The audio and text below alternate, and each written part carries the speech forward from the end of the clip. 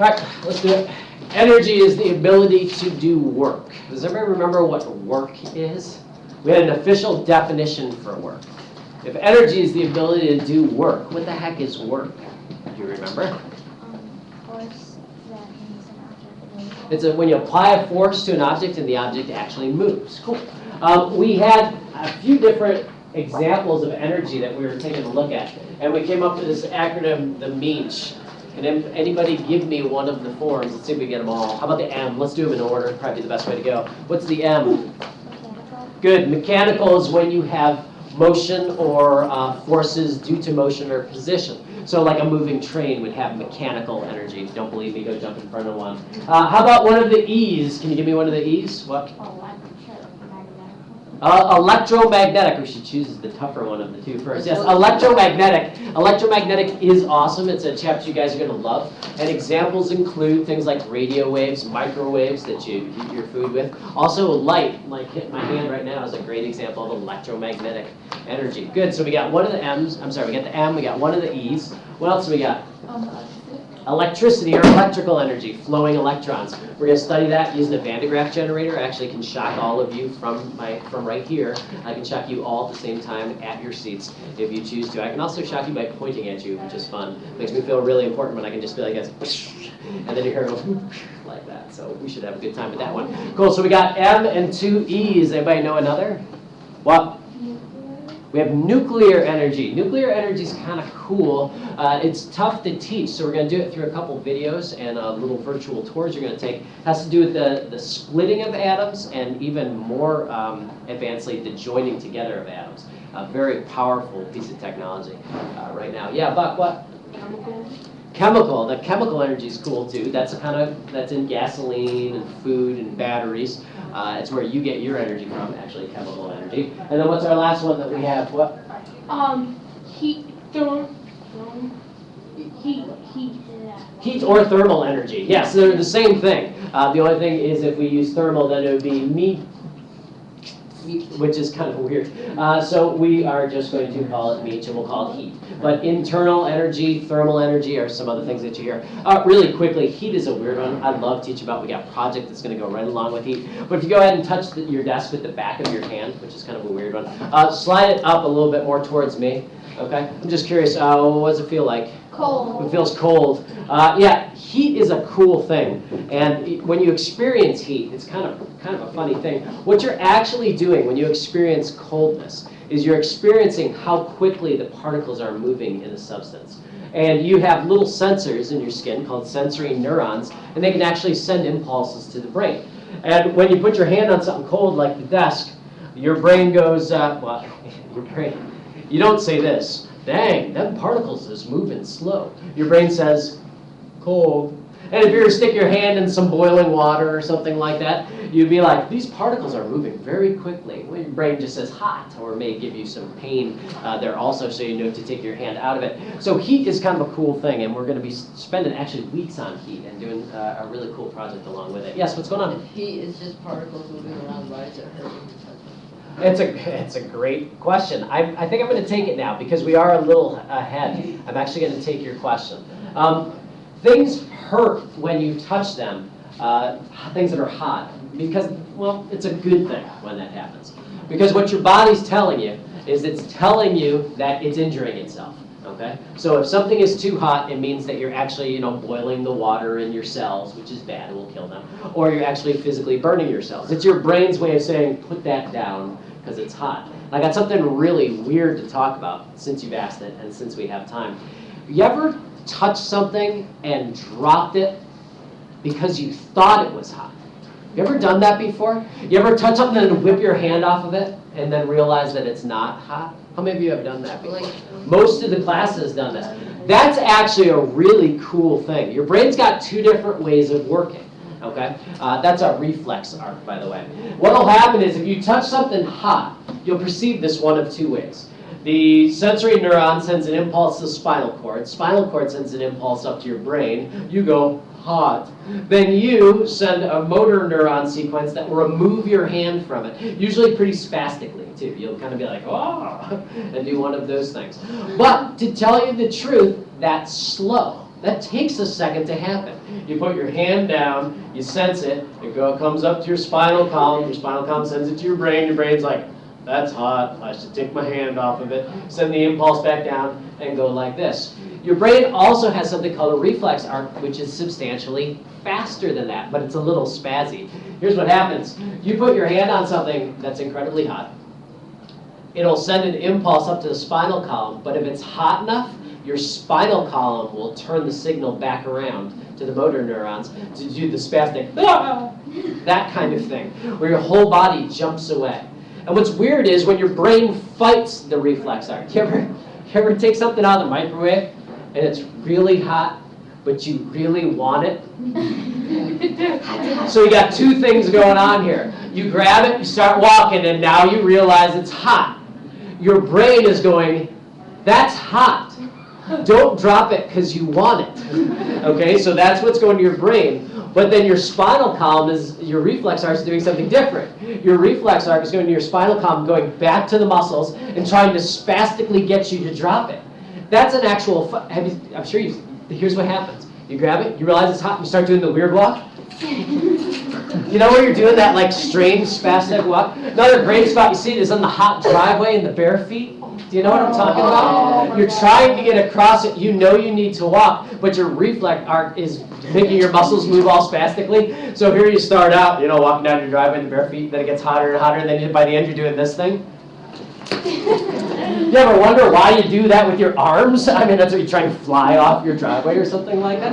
It's actually a reflex arc. And what it does is it basically prevents you from burning yourself because your brain works kind of slowly.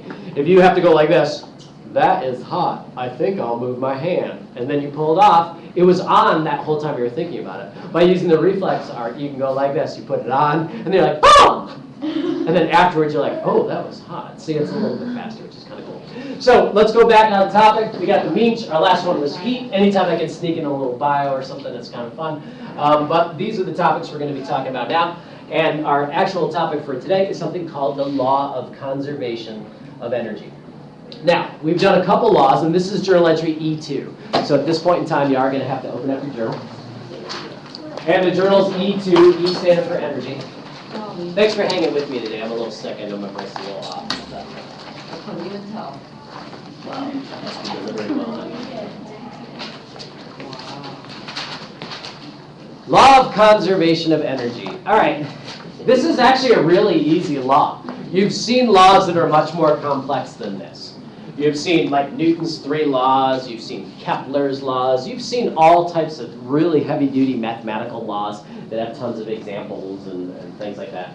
Tons of vocabulary in them. This law is a law that pretty much like unites the entire universe. This is like one of these really, really basic laws about how the universe is put together.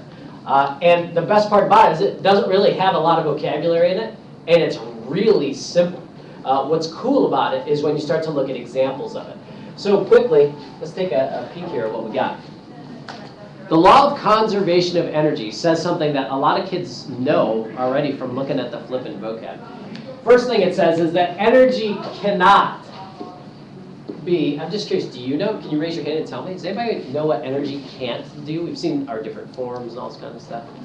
Maybe you didn't get down to the last one. If you think you know it, I'll let you say it while I'm writing. Can't be created. Excellent. Created or like destroyed. Yeah, created or destroyed. Let's go ahead and I'm going to throw that in there too. Can't be created and can't be destroyed. Now, at first glance, you're like, okay, so what? Well, it's actually a kind of cool concept if you think about it. Your parents pay a hefty bill, most likely, to like National Grid or wherever it is they get their electricity from.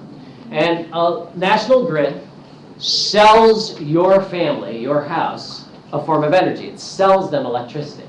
Now, they generate electricity, but they don't make the energy. The only place they can get the energy is by stealing it from another location and then selling it to you, which sounds mean, but it's kind of hard to do. Does anybody know how you can generate electricity? Where can you generate electricity from? There are a lot of different answers you could say. How can you generate electricity? Do you know? Through friction with the sun. Through friction in the sun. Okay. For the sun. Okay, let's take the sun. Let's take that one. Friction becomes a little bit more difficult. Sure, you can have solar panels. Now, solar panels are going to convert the sun's energy into electricity, but do you see that all you've done is you've stolen it from the sun and turned it into electricity and then sold it to somebody? Great, that's one way to do it. We don't do it that much around here via solar. How else can you do it? Water. Yeah, by running water.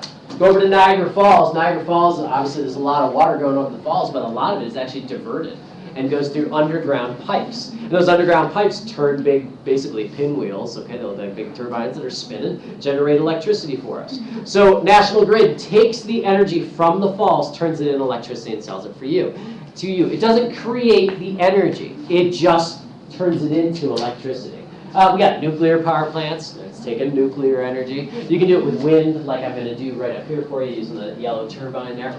So energy can't be created. It also can't be destroyed. It's got to go someplace. It's not gone. If you stick your finger in the electric socket and get shock off it, and you're like, ah!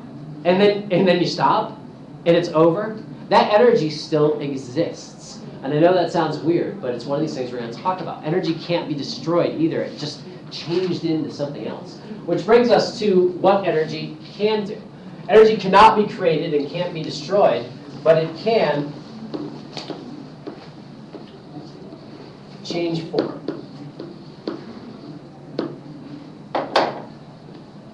And these up here are the forms that we're going to be discussing. Mechanical, electrical, electromagnetic, nuclear, chemical, and heat. Now I've prepared for you really quickly an energy transformation. Some of my smarter kids are going to realize that energy transformation is relatively pointless, but you'll see what I'm talking about here when we go. What we're going to do is we're going to start off with some mechanical energy. Okay? Now some of you may debate that, you may have a question and stuff about it. I don't really care, you might want to hold on to your papers because they will blow away. It's a relatively powerful fan. So I'm going to turn this on. Now we got some mechanical energy. The mechanical energy is this. Let's turn it up a little higher than that. Mechanical energy is wind. It's moving air. That's mechanical. When something moves, it has energy.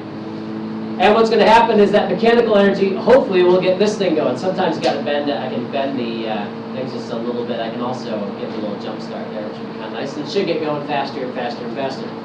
So now I got mechanical energy of the wind turning into mechanical energy of that spinning.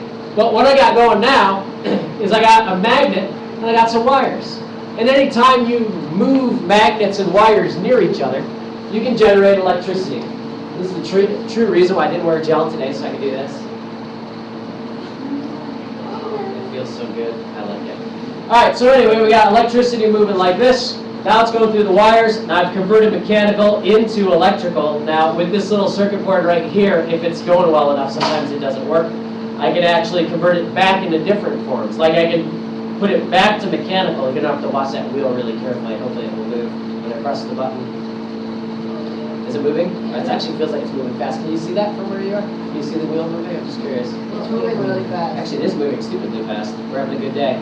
I can convert it into sound. Sound's another form of mechanical energy. A wiggle in the air, if you're really quiet, you might be able to hear it. Actually, I don't know why this is working so well Sounds like today. a microwave. Can you hear that? Just curious. Yeah, it sounds like the microwave. Cool. All right, perfect. And if it's really going, I can get it to generate electromagnetic energy, which is light.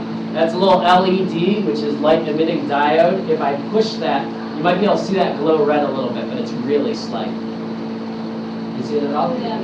It's going to be really slight. You got to generate a lot of electricity to start getting lights to go.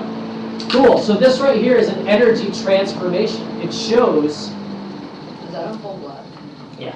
What it does is it shows how you can convert energy from different forms, but you're not creating it or destroying it.